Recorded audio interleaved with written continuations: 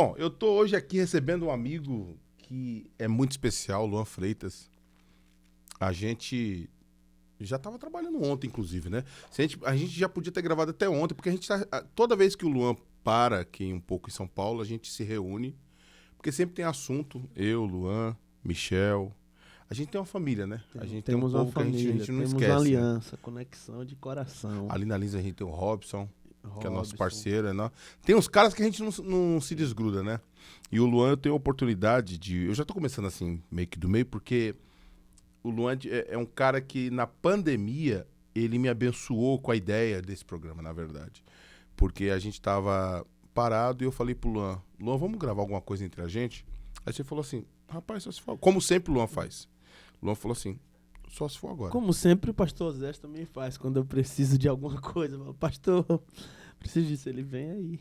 Porque eu acho que o princípio da aliança é isso, né, velho? Eu acho que eu sempre falo isso para os meus filhos e para minha esposa. Quem é... Parece que é redundante falar isso. Quem mas quem tem aliança não faz força para demonstrar aliança. Aliança é aliança. Você vai fazer porque tem aliança.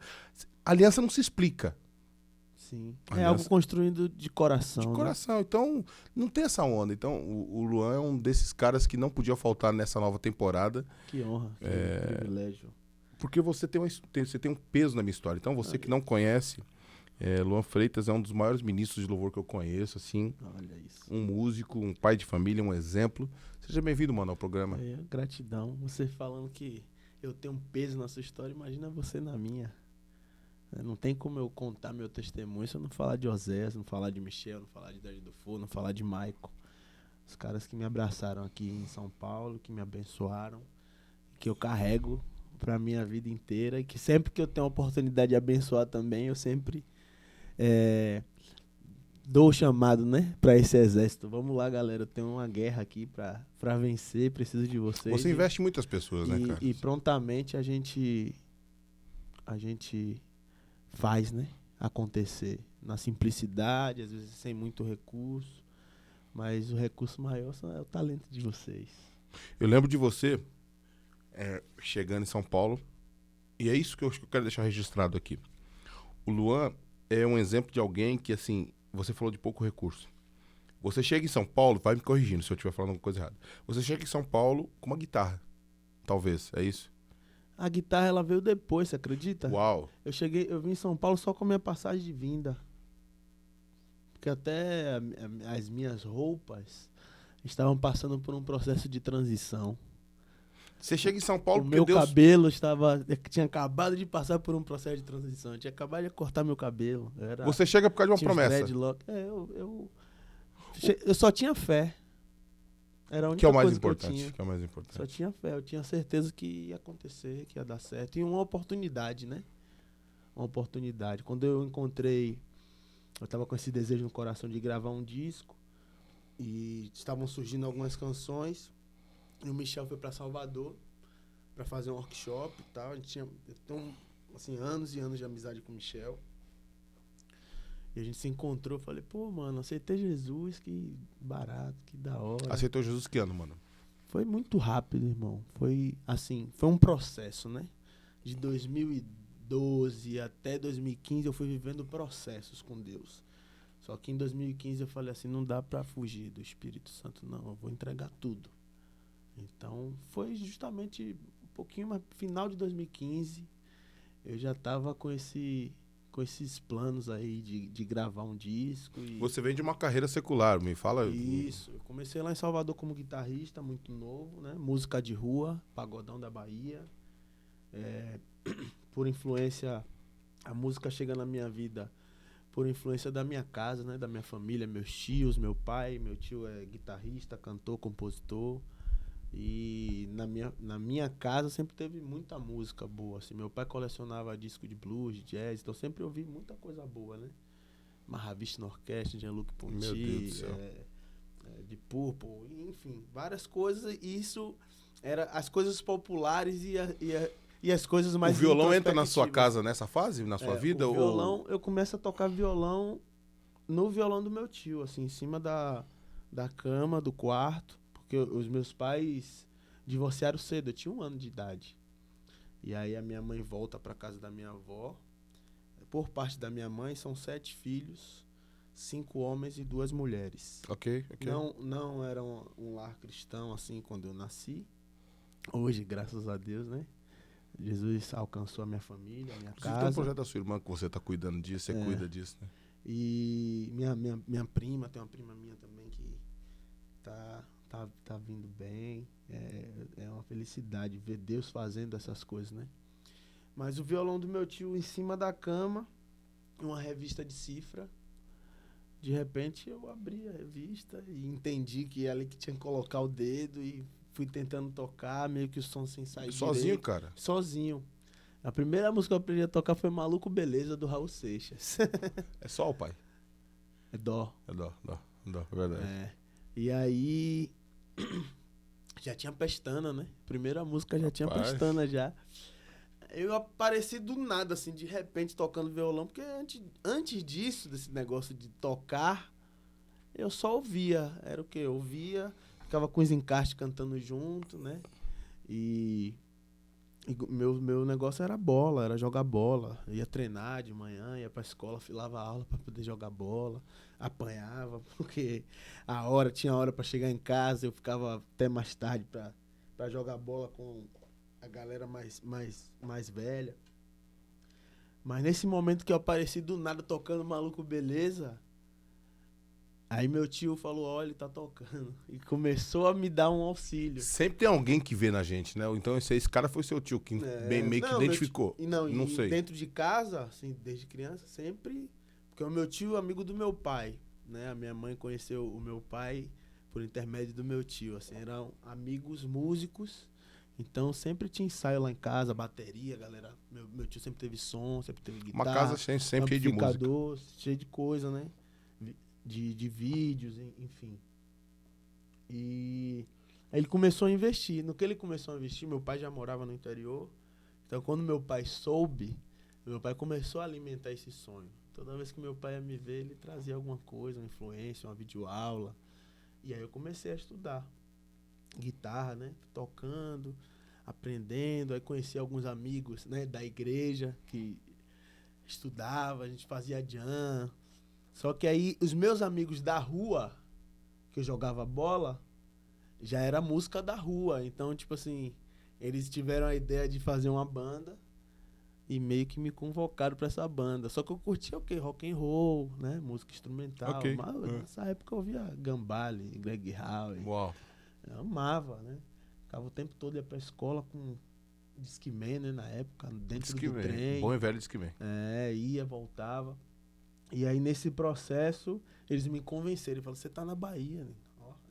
Lembro de um amigo meu que ele fez um círculo, assim, colocou Brasil. Aí fez outro círculo dele e botou Bahia, axé, pagode. Você tem que tocar essas coisas.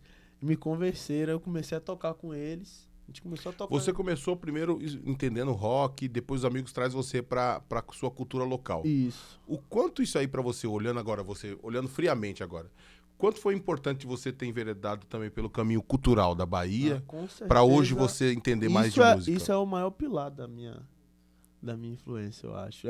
É a minha maior verdade. Porque quem te conhece sabe que você tem essa coisa. Você tem uma jeito de cantar e de tocar que você tenha.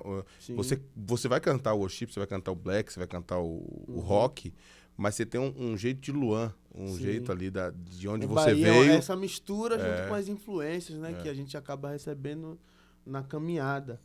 Então, aí eu começo tocando guitarra ali, pagodão, aí de repente mudo do ensino fundamental para o ensino médio, onde já é um colégio que é mais no centro da cidade.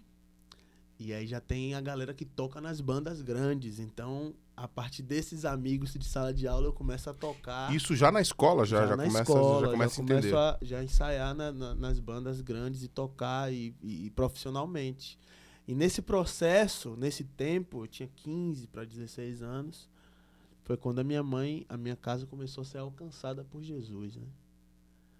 Através da minha tia, da prima dela e tal, que evangelizou, e eles começaram a congregar. Eu lembro de ir em algum desses cultos e o que foi pregado no culto, das poucas vezes que eu fui, ficaram sementes dentro de mim. Eu sempre carreguei isso, né?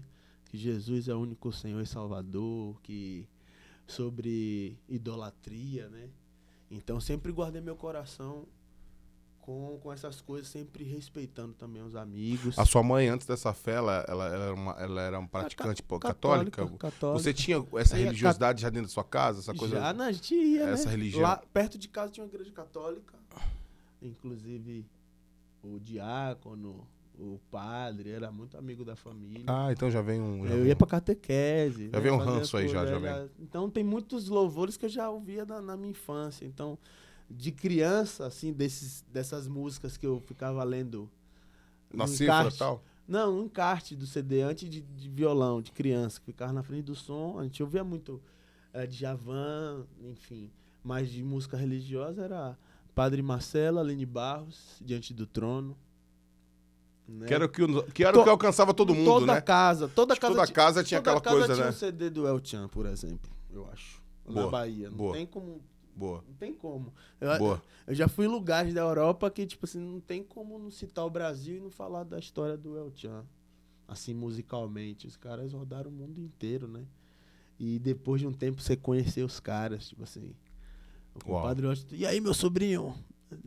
Aquele carinho, né? Uau. E você ter contato com essa verdade, que é uma verdade da cultura, da música de rua, que isso é construído naturalmente com a vivência. A gente tem uma verdade, né? Lá em Salvador, eu não sei como tá hoje, mas na minha época que eu ia pra escola, no fundo do ônibus a gente batucava, cantava as músicas que tava rolando no momento e cada um ia puxando uma música ali até chegar em casa.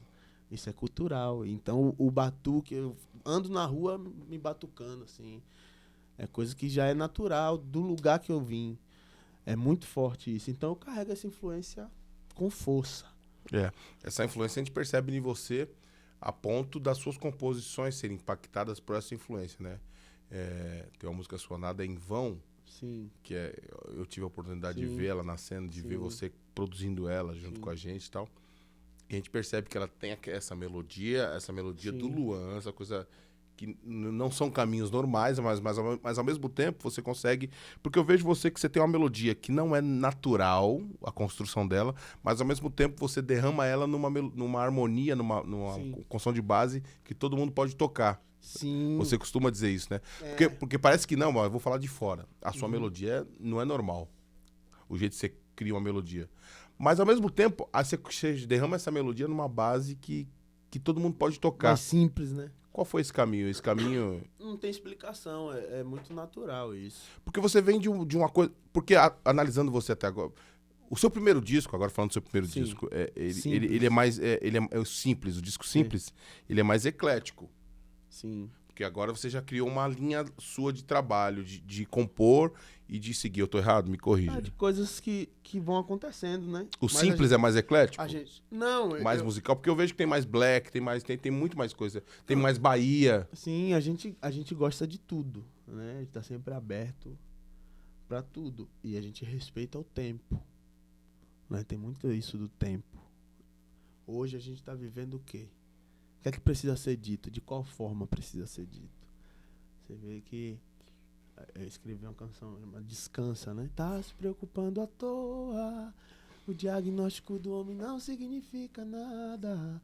Eu escrevi essa música com o Misaías, que é um baiano também, que tá aqui em São Paulo. Tá aqui em São Paulo, Misaías. Compositor, assim, coração lindo, grande parceiro em várias canções. Aquela música a gente não sabia que viria uma pandemia. Mas foi uma das músicas mais executadas na pandemia. Nos hospitais, a gente recebia, a gente ficava impactado assim, com o que Deus estava fazendo. Mas, ao mesmo tempo, no meio de uma pandemia, a notícia batendo na porta, na televisão, guerra, rumores de guerra, não sei quantos mortos, aquele caos. E, de repente, eu pego o violão e canto: eu sou a voz que clama, eu sou o povo sofredor, o grito de socorro. Eu sou a voz do povo, eu vou olhando para o céu, de lá vem solução.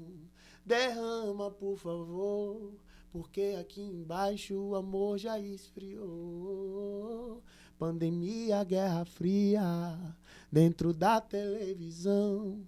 Na favela a gente sofre, sem saúde, sem educação, preconceito e política, dividir uma nação, e a pureza da criança enterrada no caixão.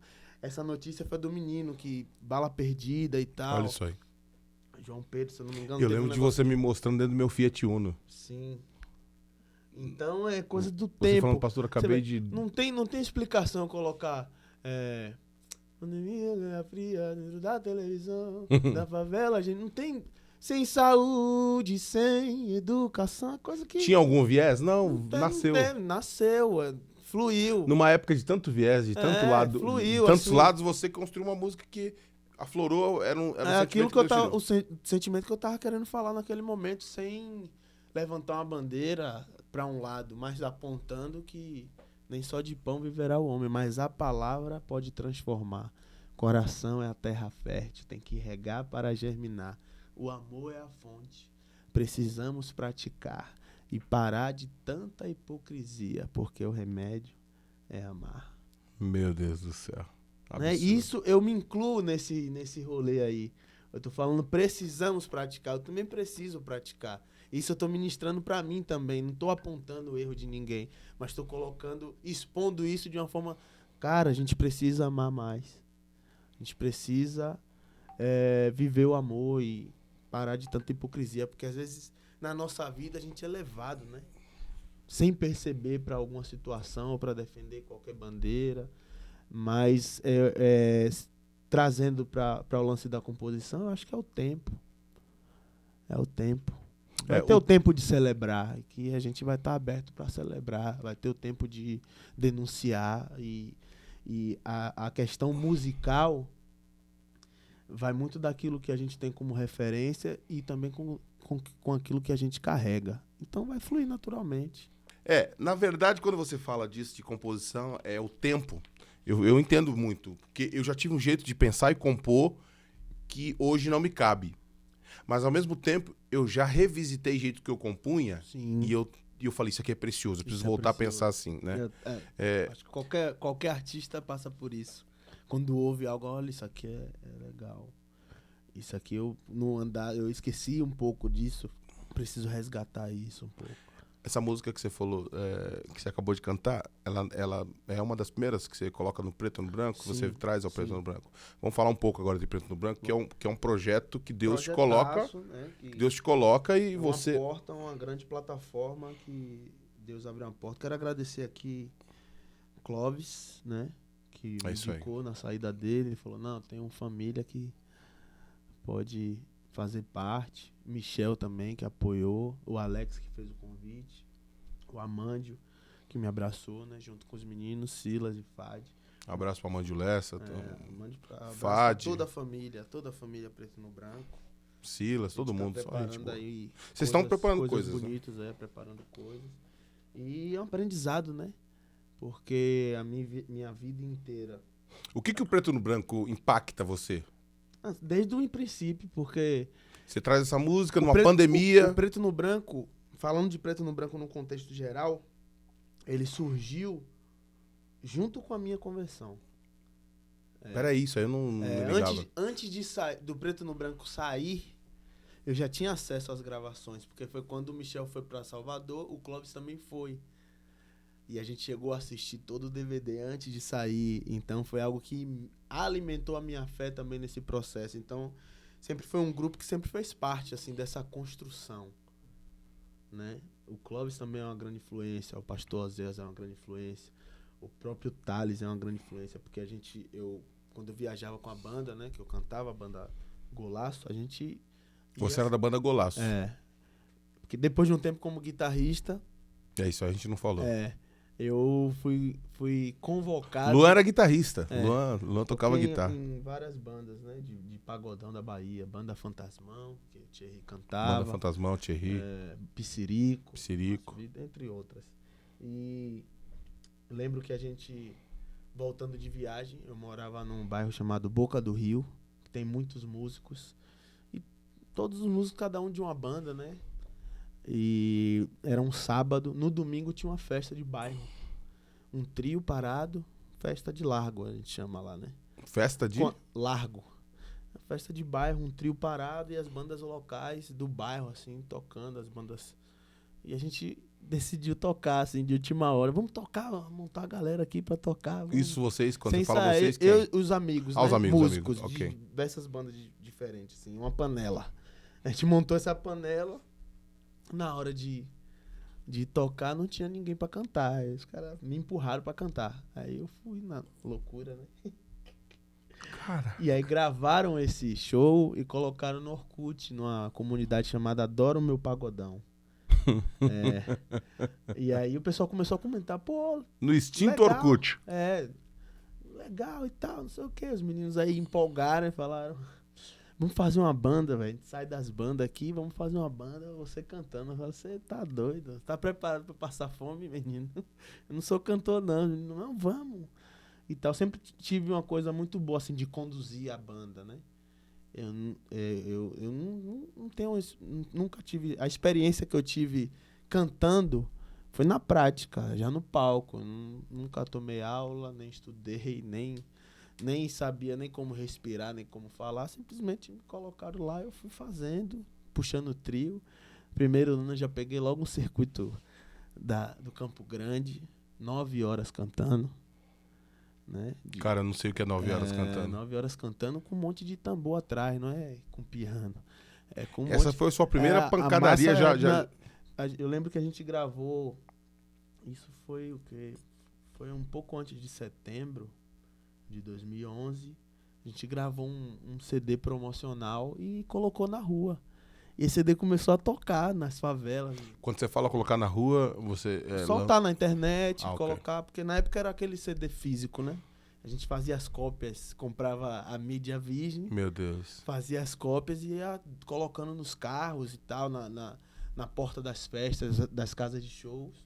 E a galera começou a tocar e os cantores grandes, que tipo assim, já me conheciam como guitarrista, começou a colocar a música no repertório e mandava abraço. Alô, Luan, golaço. Uau. E aí começou a tocar, o negócio começou a tocar no interior da Bahia, a gente começou a viajar, começaram a ligar e show. E foi assim. A gente começou a viajar, viajando. Foram 4 anos viajando. E o Preto no Branco vem no segundo nível da sua vida, que é você já convertido. Isso. E vendo a sua conversão também passa por isso, você me dizia. Isso, total, porque eu foi num carnaval também. Quando que na sua cabeça a sua chave fala assim, eu não posso mais ser desse mundo, eu não posso mais ser desse ambiente, quando que aquela mensagem que rolava dentro da sua casa... É sempre no secreto, né? No secreto, quando que você fala assim, não dá mais, isso aqui não dá mais? Quando você coloca a sua cabeça no travesseiro, você fala, mano, o tempo tá passando, que você começa a refletir, né? Planejar a sua vida. Eu já tinha uma certeza que o caminho era Cristo. Mas eu ficava meio que querendo viver esses sonhos, né? Que a minha mãe sempre ligava e falava, olha, filho, Jesus tem um plano na sua vida. Alguém sempre me parava na rua. Isso é uma sementinha, cara. É. Isso vai sendo plantado. Isso vai germinando, acontecia velho. Várias vezes assim, eu na Boca do Rio com amigos. E na favela, né? Andando na favela e de repente dá um estralo eu entrar na igreja, do nada. Entrar na igreja no meio do culto. Imagina, você tá aqui ministrando o culto, entra um cara com Rastafari assim. Eu lembro de vídeos assim. Depois, diretor, pega um vídeo dele. Não faz isso não, pelo amor de Deus. Entra um Rastafari do nada e presta atenção no culto e de repente... Porque eu sentia que alguma coisa eu fui buscar ali, né? De repente Deus usa alguém, uma irmãzinha do coque que vem, entrega algo e você já sai isso vai semeando. Acontecia isso sempre, assim. Às vezes eu estava andando do nada, eu falei, não, peraí, vamos aqui. Entrava na igreja assim e recebia um recado de Deus. Falava, amém. Tá bom, amém. Tem uma pessoa também muito importante, que é tia de um amigo meu, sabe? A irmã Ana Lúcia. Eu sempre ia na casa dela pra ela orar pela minha vida. E Deus sempre usava ela pra me direcionar pra algo. Falar da obra dele. E no secreto, eu ficava refletindo e falava, Deus, tipo assim, quando é? Agora, né? Tô sentindo falta disso aqui. E eu tentava preencher com coisas, né? Situações, né? Relacionamentos. Mas tudo voltava pra estaca zero. Né? Eu tinha momentos de falsa paz. Aí um dia eu falei, não, vou fazer de uma forma diferente. Agora eu vou tentar me preencher de Jesus. E comecei a mergulhar nas mensagens, comecei a ouvir louvor, comecei a olhar pregação na internet, comecei a frequentar os cultos. Todo culto, toda igreja que eu ia aceitava Jesus. Toda igreja, todo dia, toda vez. Foi um processo, cara. Eu visitei várias igrejas. Até que eu encontrei a paz.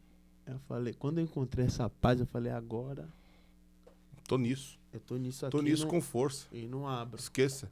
E aí foi o processo de me desligar, né, do mundo. Algumas coisas me incomodavam, que eu cantava. Começou a me incomodar. Então eu comecei a chamar os meninos falando, não tô conseguindo cantar isso aqui, como faz?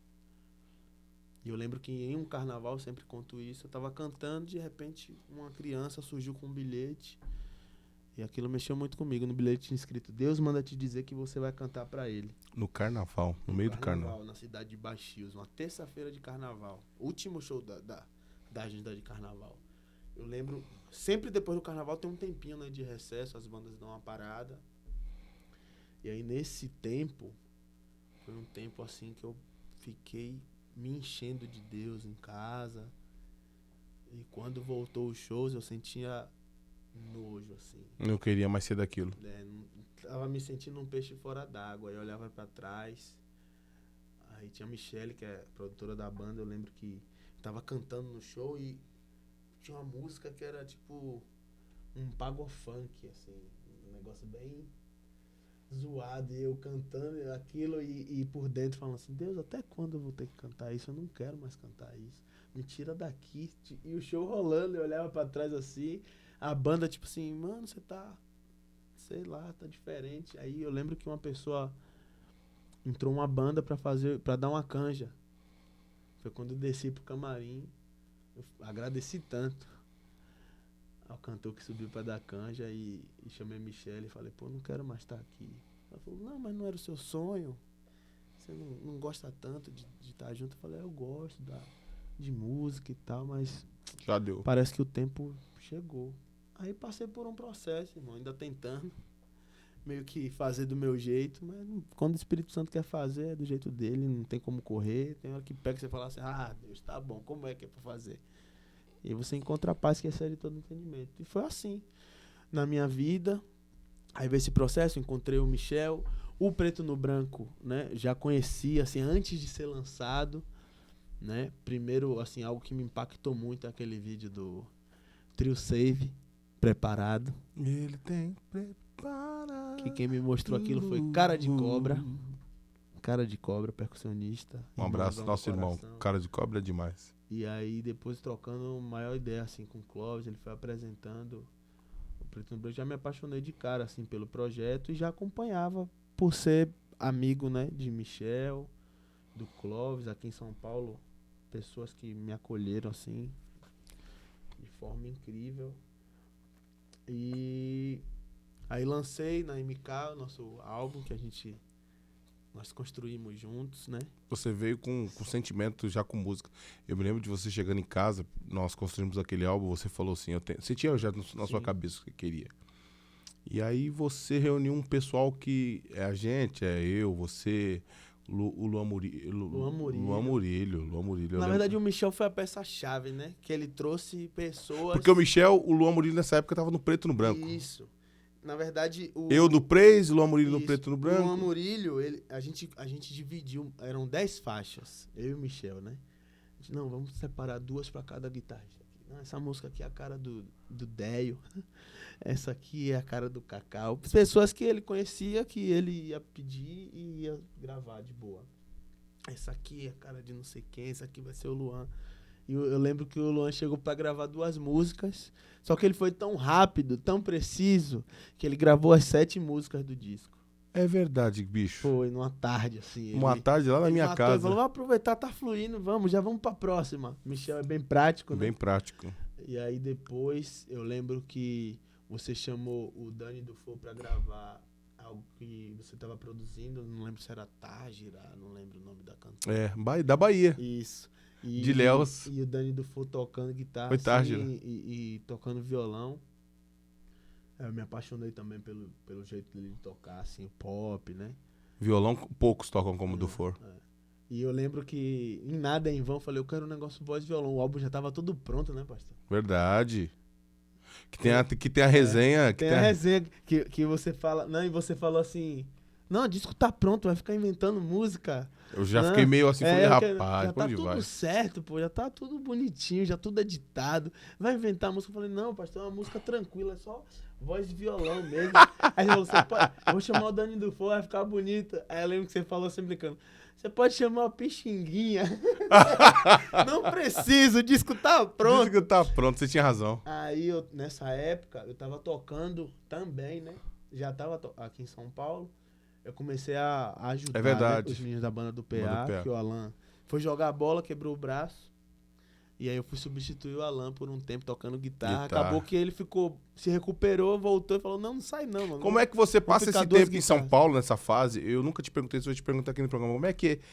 Porque a gente só se encontrar, mas como é que é essa correria de acreditar no sonho, se manter, tocar ao mesmo tempo e desenvolver o seu projeto que demandava custo, aquele disco. Por mais que você não pagava os músicos, a gente era tudo parceiro, mas como é que você se manteve? Depois, né? Eu passei 1 ano depois pagando o disco. Meu Deus do céu. Tipo, aos pouquinhos. Como é que foi se manter no meio do...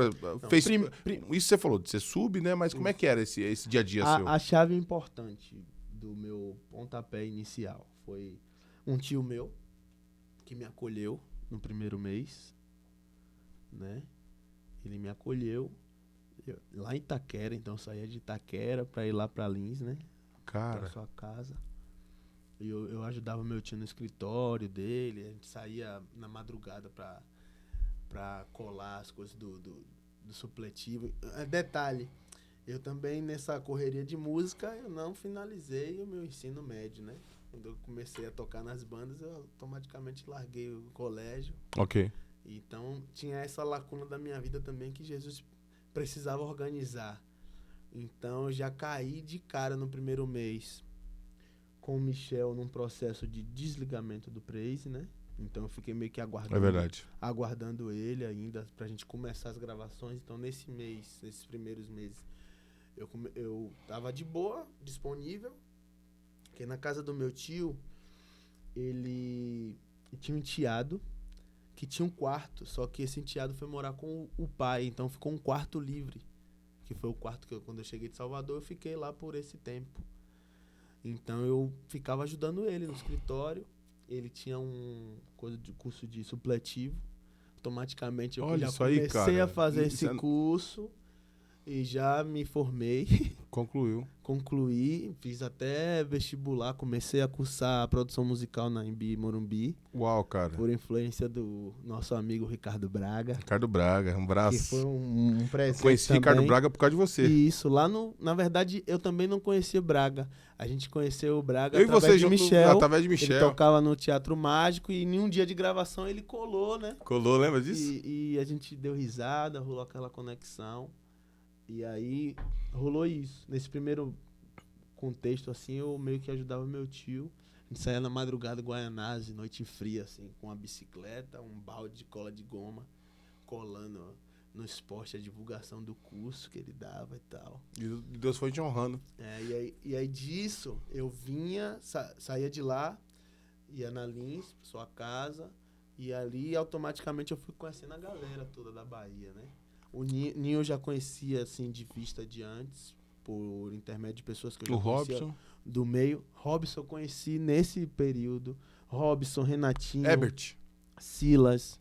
Ebert eu já conhecia de ouvir falar. Curiosidade, isso que eu quero saber. Olha que coisa louca. Você lembra que eu falei? Quando eu comecei a estudar guitarra, eu falei que conheci uma galera da igreja, que a gente fazia jam e tal. a galera tinha o Ebert assim como... Não, você tem que ver Ebert tocando, baixista. Ele foi embora pra São Paulo, já falava. Já de falava-se do Ebert. E eu conheci, nessa época, eu conheci a galera que gigava com o Ebert. Inclusive tem Fernando, guitarrista, que é um guitarrista assim... Verdade. Número 1, que eu ia pra casa dele, ele me ensinava muita coisa. Até hoje ele tem um carinho assim enorme.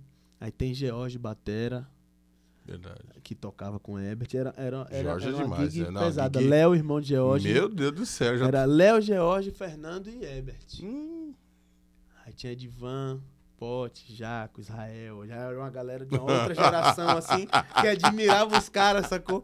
Então já se falava de Ebert. Quando eu cheguei aqui em São Paulo, eu falei, meu Deus, é esse Ebert que os caras falavam. A gente se conheceu, ele me recebeu super bem. super bem, verdade. Bahia, O Ebert negão, é demais. já O Ebert é fez. demais. Fez uma Abraço pro muqueca. tio Ebert. O Pastor Ferreirinha também. Pastor Ferreirinha. E o Porque Ferreirinha? O Ferreirinha, não, é Bahia, né? Bahia. Não tem jeito. São Ferreirinha- lendas, né? São já. Ferreirinha é uma peça do quebra-cabeça da música da Bahia. Meu Não Deus tem do jeito, céu, porque ele meu Deus do participou das melhores fases dos maiores artistas da Bahia. Carlinhos Brau, Daniel Carlinhos Alberto, Brau. Ivete Sangalo. Não tem como não mencionar, assim, as melhores bandas, assim, os melhores times, sempre tinha o Ferreirinha, assim, incluído. Ele sempre teve uma luz. E nessa caminhada, assim, eu tenho um grande amigo, Jaguar Andrade, que é guitarrista. Ele toca hoje com o Carlinhos Brau, com o Silva, com a Daniela também. Mas quando eu conheci ele tocava com a Ivete, Ferreirinha era da banda. Então sempre Jaguar Acabou, me levava teve nos trânsito. ensaios. Aí quando chegou aqui em São Paulo, nossa, rolou aquela conexão. E você foi começando a Ferreira trabalhar também. com todo mundo. Aí rolou a banda do PA, porque até então eu vim só na missão de gravar o disco. Eu lembro, E a única do pessoal fonte falando que- pra mim, o Michel falando, ó, o Luan é um amigo meu que nós vamos trazer. Sim. E foi a ponte, Sim. Michel, mano, vamos gravar aqui na sua casa, tá Sim. bom? Michel É era que assim. eu falei assim. Só que ele falou assim, ele só veio gravar o disco. Porque eu Então era isso, você só veio eu gravar o só disco. vim pra isso, porque o que era que eu entendi? O que era que eu entendia?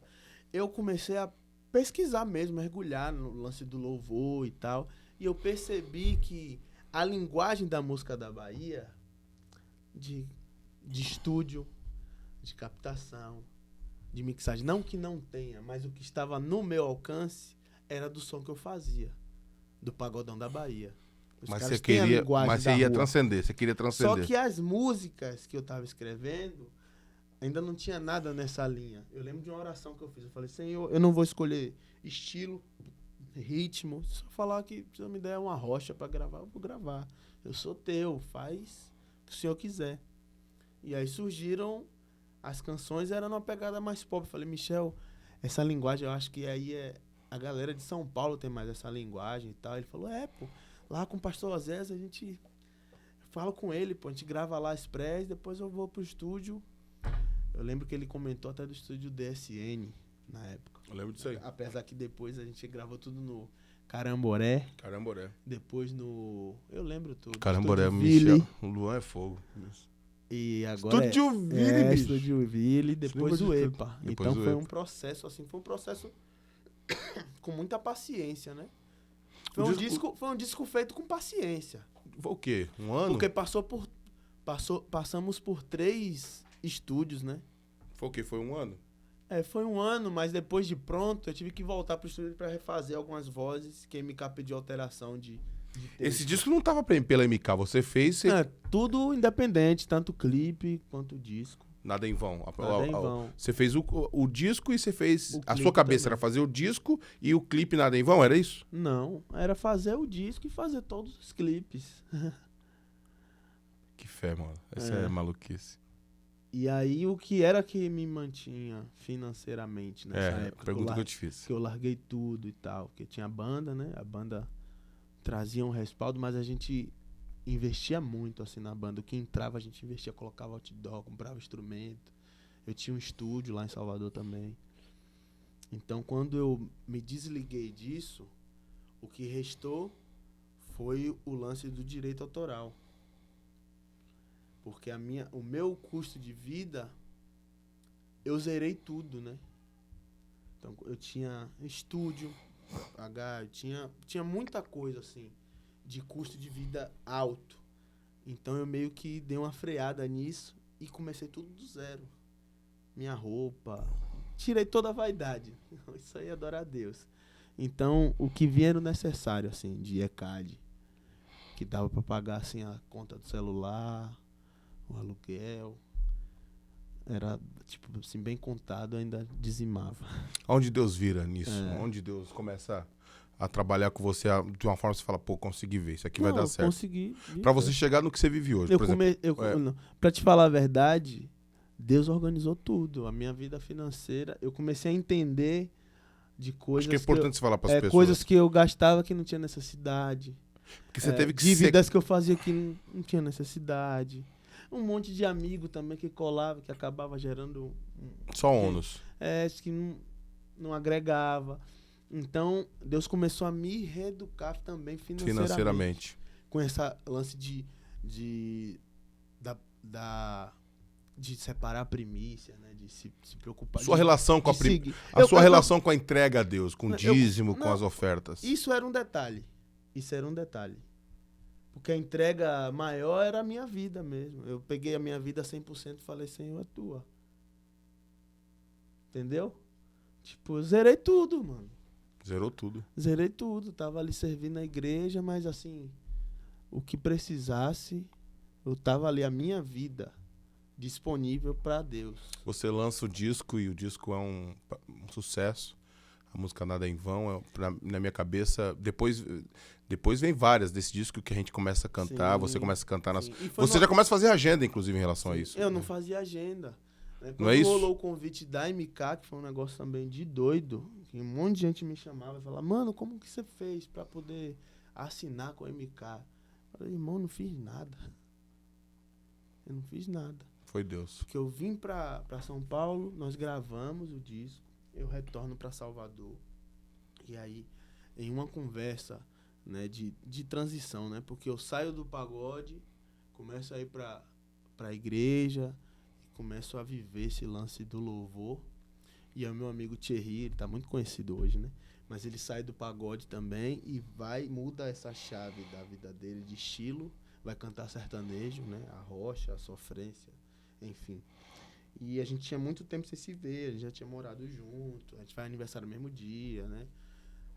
Tem uma relação assim de irmão. E a gente tinha muito tempo sem se ver. Eu fui visitar ele, e ele mostrando as músicas dele, do disco novo dele, e eu mostrando as do álbum, né? Simples. E ele, pô, que legal e tal. Ele, mano, eu conheci um cara que faz clipe de todo mundo do gospel.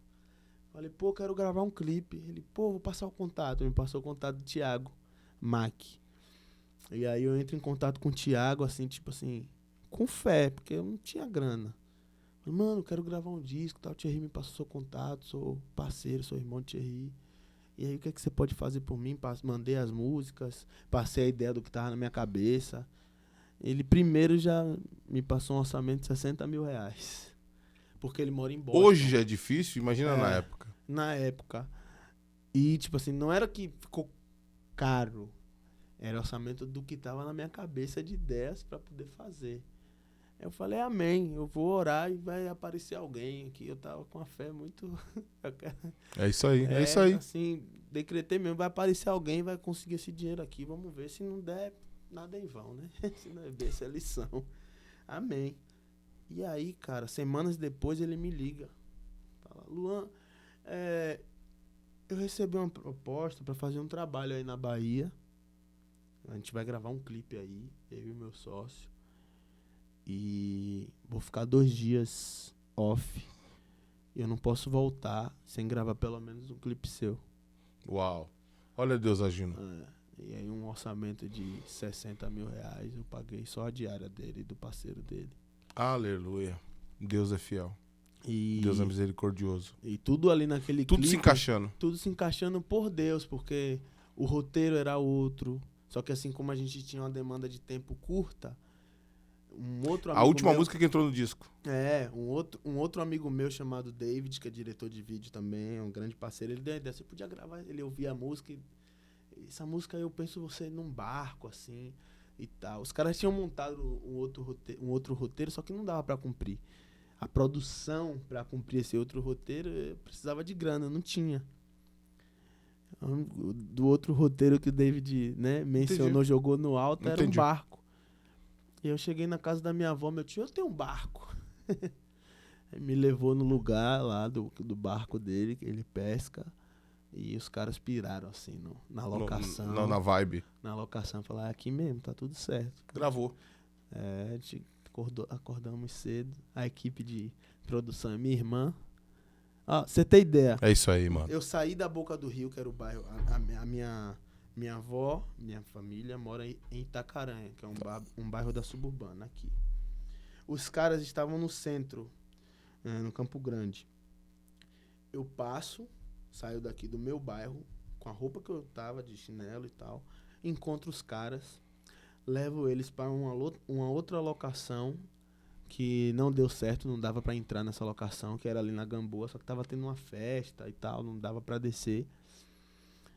E logo em seguida, como não deu para descer, eu peguei o ônibus com os caras, isso era final da tarde, e fui lá pra casa da minha avó, e rolou todo esse mistério aí de barco, não sei o que, a gente vai lá até o barco, define que vai gravar lá, já era noite. Eu pego os caras, pego a mala dos caras e retorno sem ir em casa. Ou seja, no clipe ali eu tô usando a calça do meu tio, a camisa da minha irmã, minha prima que me maquiou, tudo assim, tipo assim, não tinha tempo de eu ir em casa. Tipo assim, quem assiste o clipe não tá ligado da correria. Mas você fez. Mas eu fiz. Então a gente acordou cedo, na hora que colocou o barco em alto mar, no primeiro momento já caiu uma chuva. Era normal? Seria normal pra aquele? Não, uma chuva, eu lá cantando nada, acho, me molhando todo, molhando violão. Canta o refrão, um pedaço. Nada é em vão, Olha se isso não aí. é bênção, é lição. Descansa e confia em Deus. No tempo certo tudo vai se cumprir. E ali eu tô tão feliz, falo, pô, Deus, deu certo, o Senhor fez. Meia hora de chuva, para a chuva e de repente o tempo abre, fica aquele tempo nublado e os caras falam, agora tá perfeito, porque com a nublado eu consigo, a edição, eu consigo extrair mais da imagem e tal. A gente passa o dia todo gravando, a manhã toda gravando no barco, depois a tarde toda no trem, né? E eu queria usar isso do trem, que era quando eu ia pra escola e tal, de trazer esse lance da minha infância. O clipe já começa mostrando o meu bairro, assim, de cima, que eu nasci. O lugar que eu nasci. Aquelas imagens do seu bairro. Com a praia e tal. A gente vai colocar um trechinho aqui. Aí o clipe fica pronto. Nós gravamos esse clipe em 2017. Eu lembro disso aí. Em agosto, Dia dos Pais. Um dia depois do Dia dos Pais, dia 15 de agosto. O clipe fica pronto e eu não me manifesto em nada pra lançar. Disco pronto. Você não tava na MK ainda? Eu tava em paz. De repente, cara, o pessoal começou a cobrar, que tinha galera que tinha os balses, né? Do disco, normal, de praxe. E a galera, e aí, solta, velho, esse negócio. Falei, vou soltar. Marco a data de soltar. 15 de dezembro de 2017. E aí passo o dia todo, no dia 14, divulgando, mandando pros amigos, família, o link. Amanhã vai ser meu clipe, tudo bem, né? Na humildade. Bem nós. Bem daquele jeito. E aí, no dia 14, à noite, Thiago me liga. E aí, mano, você já lançou seu clipe? Eu falei, pô, vou lançar amanhã. Eu não lança não, mano. Eu tô aqui gravando um DVD do Cris Duran em Foz do Iguaçu. E eu fui mostrar alguns trabalhos meus. O pessoal da MK viu seu clipe e eles estão pirados aqui, cara. Eu não tinha nem noção, assim, você vê minha ingenuidade, do que era, assim, a MK, do que representava dentro da história da música gospel. Eu falei, não, mano, você é doido, passei o dia todo divulgando no WhatsApp. O pessoal depois vai me cobrar amanhã, eu vou falar o quê? Ele falou, não, pô, ora aí e me dá uma resposta. Porque você não lançou. Eles querem conversar. Aí eu orei, né, senti paz. Aí segurei o clipe. Você segurou. Em janeiro... Eu perguntei pra vocês, falou, não, negão. Vai rolar uma parada aí. Aí em janeiro eu fui lá na MK, no escritório, troquei uma ideia com a Marina, ela falou assim, eu falei, primo, ninguém me conhece, eu não saio nem pra fazer agenda, só fico na minha igrejinha, de boa, assim. Como é que vai ser? Como que vai ser? E Ela falou, não, Deus tá falando que é pra contratar, a gente vai contratar, né? Tem muita gente, a gente não costuma contratar ninguém que veio do secular e tal, assim, a gente sempre, o nosso público, né? É um público, assim, tradicional, enfim, mas o seu som eu vi que é... E ela que botou o nome do disco Simples. Porque eu ia cantando as músicas, ela falava, você fala de Jesus de um jeito simples. Porque eu pensava num outro nome, assim, sabe? Transformação, ou sei lá, um encontro. Com Simples é Deus. todo você, mano. Aí eu cantava as músicas. Eu lembro que foi, acho que foi cantando Deus Te Ama Muito, eu acho. Porque a gente gravou mais de 10 músicas, né? Teve música que não saiu. Tem Eu uns nunca- pausas ainda de umas músicas. É? Tem o Foco é Deus. Tem Aparência. Será que você não entende? Tem umas músicas que nunca saiu. Tá no meu HD lá guardadinho, pai. Deus, Teve música Deus que te ama surgiu depois. E aí ela falou, nossa, você fala de Jesus assim de uma forma simples.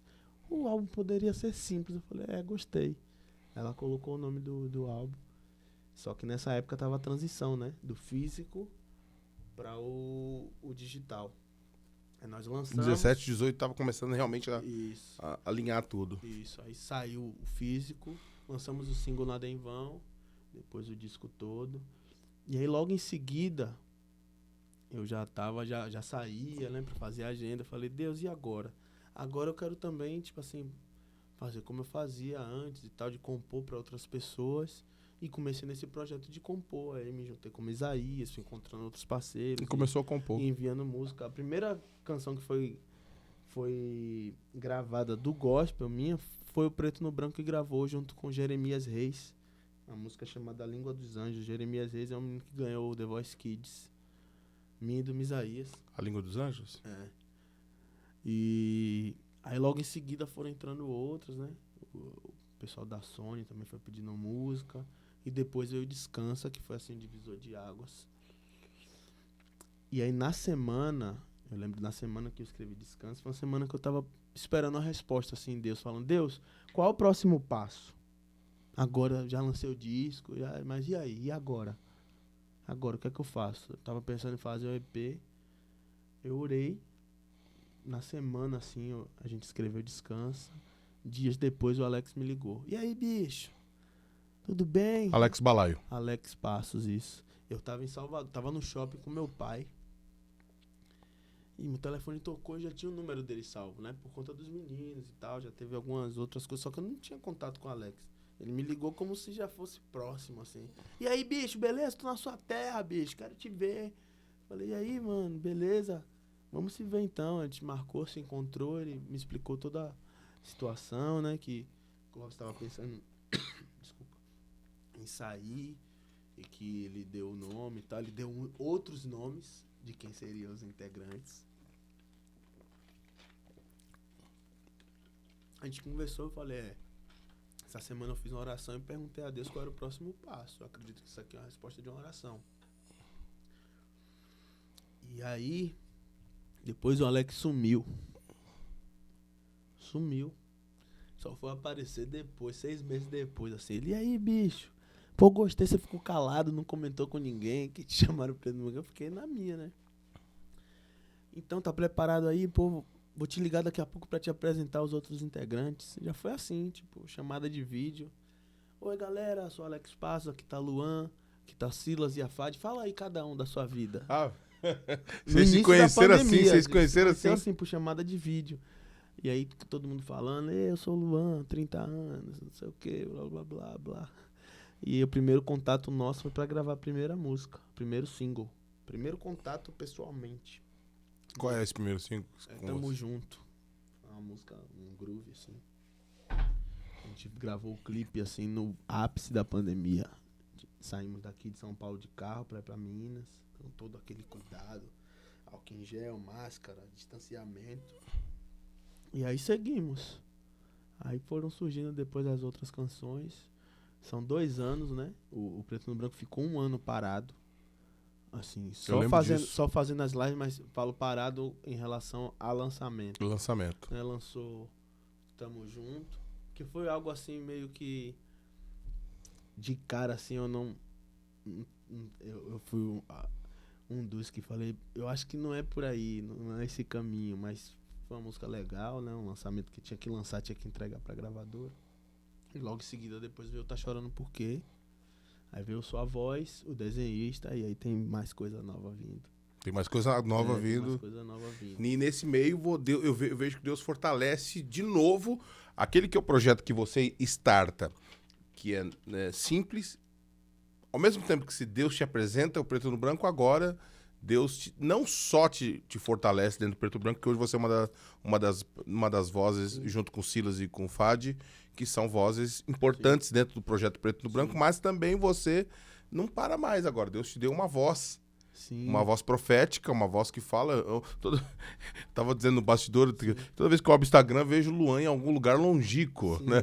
Na verdade. Por causa também do ministério que Deus te deu. Isso. Na verdade, desde lá do pagode, a gente sempre teve essa pressão, né? Essa sede de ir pra correria mesmo. E antes do Preto no Branco, eu tava numa intensidade já, assim, de agenda. Nessa ponte então, aérea, né? então já tava rolando. Já tava rolando, assim, na MK eu ficava Salvador, aí vinha pra São Paulo, né, por conta da...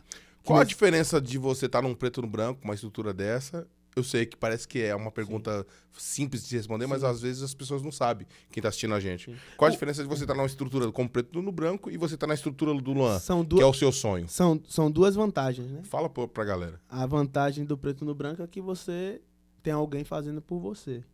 E a vantagem do solo é que você que faz, então você que escolhe. Né? São duas vantagens, aí você escolhe a profundidade de cada profundidade de cada... Né? Tem coisa que você quer ali que... Não, pera aí, é um grupo, vamos debater aqui pra ver o que... Entrar no senso comum. Eu e os meninos sempre falam, mas eu sempre... Você tá já tô com a direção... Né?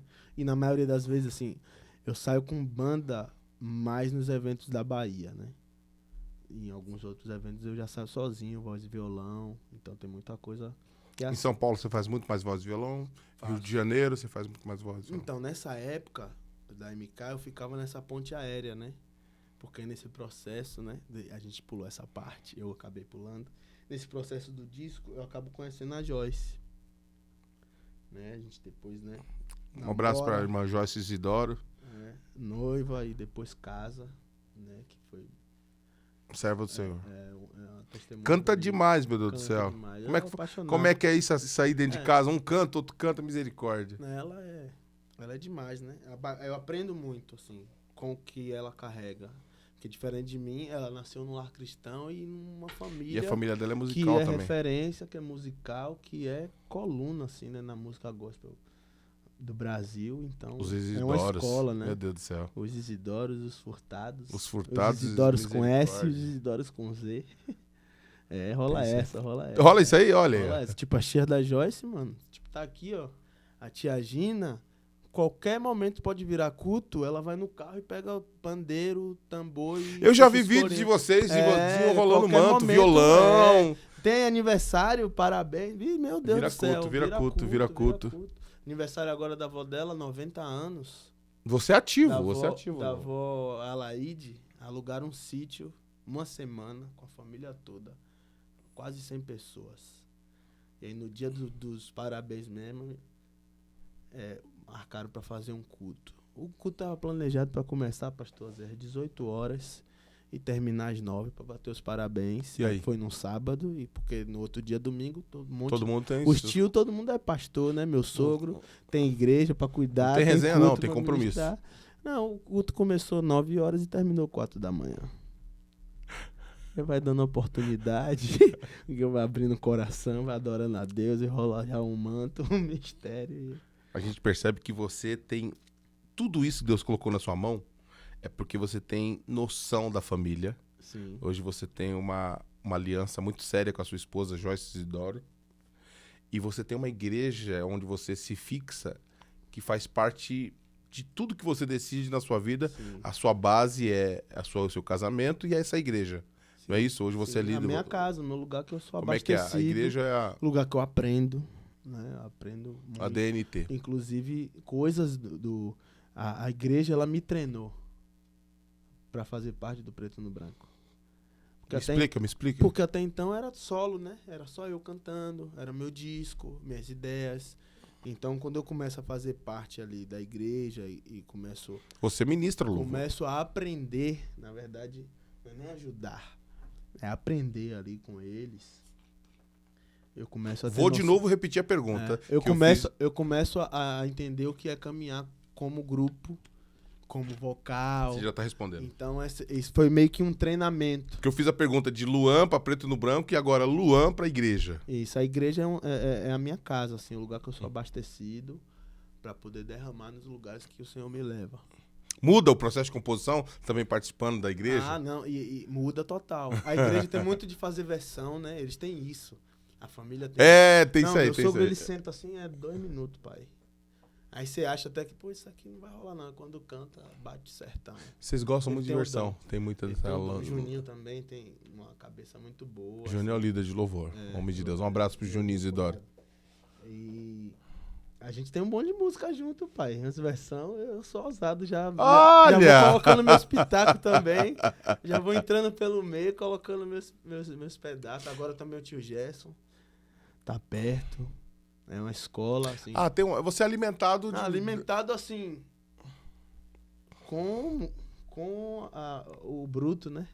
É o pré-sal da música black. Luan, quando você vê tudo isso, quando você vê o que você vive na sua igreja... Misericórdia de Deus. Já sabia, né? Que eu ia te perguntar, Misericórdia né? de Deus. Tudo na minha vida, irmão. Tudo na minha vida. O processo de quando a Joyce me encontrou para o que ela se tornou hoje. É a misericórdia de Deus na minha vida. A minha igreja, meu pastor lá de Salvador, a igreja Casa da Bênção da Boca do Rio, pastor Libni. Misericórdia. Um cara que abriu as portas e falou assim, não entendo o seu chamado. Quando todo mundo fala, isso aí vai passar daqui a pouco, vai vir carnaval, aí ele vai largar. Ele entendeu o meu chamado e falou, filho, vem cá. Tem toda a atenção do mundo. Qualquer hora que eu ligar agora aqui pro meu pastor e falar, meu pastor, qual tá o texto aqui? Tô em dúvida. Ele vai gastar que horas comigo. Amém. A gente troca aquela ideia, música. Faça essa música aqui, biblicamente, tá certo, meu pastor? Ele já desenrola com você. Toda semana é devocional, que eu compartilho esses devocionais com os jovens da igreja. Ele manda... Da DNT. Então, acaba que tudo é reino, né? Isso que eu acho incrível do que Deus fez na sua vida. Você consegue ser um cara que... E eu acho que e é isso que todo mundo que te ama, o seu ministério e te acompanha, consegue perceber que você é um cara que Deus está entregando coisas que vai falar com o povo, com uma nação, mas você tem bases muito fincadas na sua comunidade, no seu casamento, na sua família. Isso faz as pessoas se relacionar com você de uma maneira, falar, pô, é real isso aqui. Sim. Porque o que a gente teve muito é de pessoas que falavam demais e faziam de menos. E hoje a gente tem visto que Deus tem levantado pessoas que são pessoas de comunidade, são pessoas fincadas, são pessoas com testemunho. Eu louvo a Deus porque hoje você traz pra gente uma linguagem simples, como diz o seu disco, né, uma linguagem simples, mas Deus traz pra você também uma letra que fala de verdades espirituais que parece que é simples, mas tem uma profundidade. E eu queria te dizer como é que... acho que a pergunta que eu queria fechar... Sério, já vai fechar? Parece que acabamos de começar, né? Não, eu não sei. Tem que fazer o parte 2. Isso aqui já é parte 2, bicho. Não falou nada, pô. Falamos nada, né? Não falamos nada. Que é porque eu vou falando aos poucos, tem coisa que eu não lembro. Eu volto. Cara, a gente tem tanta coisa pra fazer com o Senhor. Sempre que eu me encontro com você, eu percebo que não tem essa vibe de idade. Você tem um lance de fazer a gente sonhar. Tipo, toda vez que eu tô com você... Pô, vamos fazer mais coisa. A gente vai fazer coisa juntos, né? A gente tem coisa aí que vai lançar esse ano ainda. Inclusive, juntos. Assim, quando eu vou fazer parte do Preto no Branco, a gente começa a projetar, tem todo um planejamento já desenhado, né? Por gravadora e tudo. Eu fico meio inquieto porque... essa é a dúvida de todo... Você precisa movimentar... Eu preciso movimentar o meu perfil solo. Meu Deus, o que eu vou fazer? Eu também preciso... Então, qual foi a chave também? Comecei a compor pra galera e sempre que eu tenho oportunidade de agregar no perfil de alguém, eu tô fazendo feat, isso é bom? Contribuindo. Isso é bom pra você? É bom pra todo mundo. Uau, fica a dica aí, tá vendo? É bom pra todo mundo. Inclusive, aguardem surpresa, né, pastor? Em nome de Jesus. Luan, é um privilégio. Como é que você vê agora o futuro da música? Eu sei que parece que é uma pergunta muito genérica, mas como é que você tá enxergando esse jeito da galera compor. Você que é um cara muito antenado, como é que você tá vendo essa onda de todo mundo compor? Eu sinto que nós estamos... Agora eu vou... será que eu vou polemizar? Mas eu vou dizer, por exemplo, todo mundo hoje... faço parte disso também, porque eu escrevi... Eu tenho na minha letra, tem essa coisa da casa, mas hoje em dia todo mundo... A galera acha um termo... Isso é normal na música, no mercado. Vamos separar. Então todo mundo achou que casa vira. Não, Então é todo mundo escreve casa. Secular, negão. É coisa do digital. São características da forma que a gente consome música hoje. É verdade. Podcast hoje, você tá aqui, talvez a pessoa não tem paciência de ver até o final. Tem gente que tá interessada, que tá... Às vezes nem sente, como a gente não sentiu aqui o tempo passar. Tem gente que tá assistindo, nem sentiu o tempo passar. Meu Deus, já tenho 2 horas aqui assistindo isso, sendo alimentado disso. Da mesma forma, tem quantos podcasts agora no YouTube disponíveis? É muita coisa. Então, é muito... Como se diferenciar? Então, como é que você vê? Como é que você vê você no futuro? Se diferenciando disso ou não? Ou é muita prepotência falar, não, preciso me diferenciar? Não, rola uma cobrança, né? Porque tá falando de casa, aí todo mundo fala de casa. Exato. Beleza. Isso que eu tô querendo dizer. Sim, é legal falar de casa. Mas é legal também não falar, ou usar. Eu acho que o equilíbrio é tudo, né? Acho que você também ficar só experimentando coisas é legal, mas você também o equilíbrio é a chave. Se atualizar com o que tá acontecendo, com o que tá rolando. Né, com que o povo tá entendendo a sua fala. Porque talvez você... não sei, isso é brega, mas aí você... da forma que você fala também ninguém tá entendendo, e aí? É uma linha tênue. Então você precisa equilibrar. Né? Da mesma forma... você precisa equilibrar isso. Aí. Tem que ousar, tem que colocar o novo, trazer referências diferentes, tem que fazer isso. Mas também tem que... É necessário o filé com fritas, né? O feijão com arroz. Alimenta também. Da mesma forma que o caviar alimenta, entendeu? Família? É isso, eu acho que tudo é válido, mano. Tudo é válido. O que diremos, pois, acerca dessas coisas? Se Deus é por nós... Quem será contra nós? Deixa uma palavra pra nós aqui. A palavra... Que Deus colocou no teu coração. Fala pra esse povo que ama o teu ministério. A minha palavra é gratidão por todos vocês que... tem misericórdia da minha vida, né? Em me acompanhar, em comprar as loucuras que às vezes surgem e a gente vai fazendo. E gratidão por esse homem de Deus aqui que Deus colocou na minha vida, um presente. Eu não sei não, viu? É difícil viver sem o Oséias. Rapaz! Eu sou muito limitado. Ao mesmo tempo que eu me dou bem com todo mundo, né? Mas assim... As colunas mesmo, eu acabo sendo limitado, porque, tipo assim, mano, como vai ser a minha vida sem o pastor Oséias?